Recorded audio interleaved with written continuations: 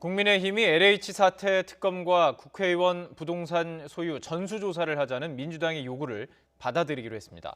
아울러 국정조사도 함께 추진하자고 제안했지만 사찰 보궐선거 전에 실시할 수 있을지는 미지수입니다. 김승환 기자가 보도합니다. LH 사태 특검과 국회의원 투기 의혹 전수조사를 둘러싼 여야 간 지지부진한 공방이 일단 종지부를 찍게 됐습니다. 주호영 원내대표가 긴급 기자회견을 통해 전격 수용 의사를 밝힌 겁니다. 국민의힘은 동시에 국정조사 카드를 내밀었습니다.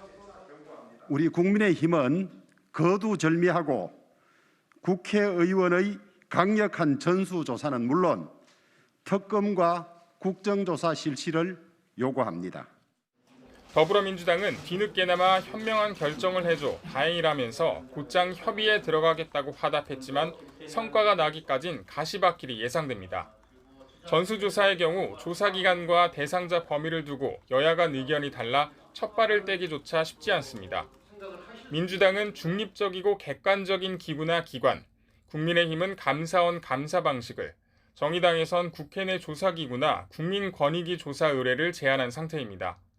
여기다 민주당이 제안한 선출직 공직자 전원조사를 국민의힘이 받아들이면서 청와대와 공공기관도 포함하자고 추가로 요구했습니다. 또 특검의 경우도 후보 추천과 준비기간 등을 고려하면 5월은 돼야 겨우 수사를 시작할 수 있을 것으로 보입니다. 그나마 여야 합의로 빠르게 추진할 수 있는 건 국정조사뿐입니다. 국민의힘이 어차피 선거 전 결과를 내기 어려운 특검과 전수조사 제안을 받아들이고 국정조사를 역제안한 게 아니냐는 지적이 나오는 이유입니다. 더구나 민주당에서 국정조사의 실효성에 대한 우려를 표해 실제 조사가 이뤄질지 장담할 수는 없습니다. 이게 조사가 제대로 되려면은 개인정보들을 다 받아볼 수 있어야 되는데 이 국정조사에서 과연 그게 원활하게 이루어질 수 있을까?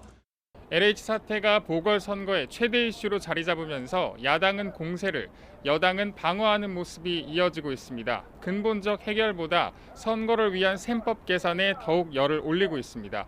YTN 김승환입니다.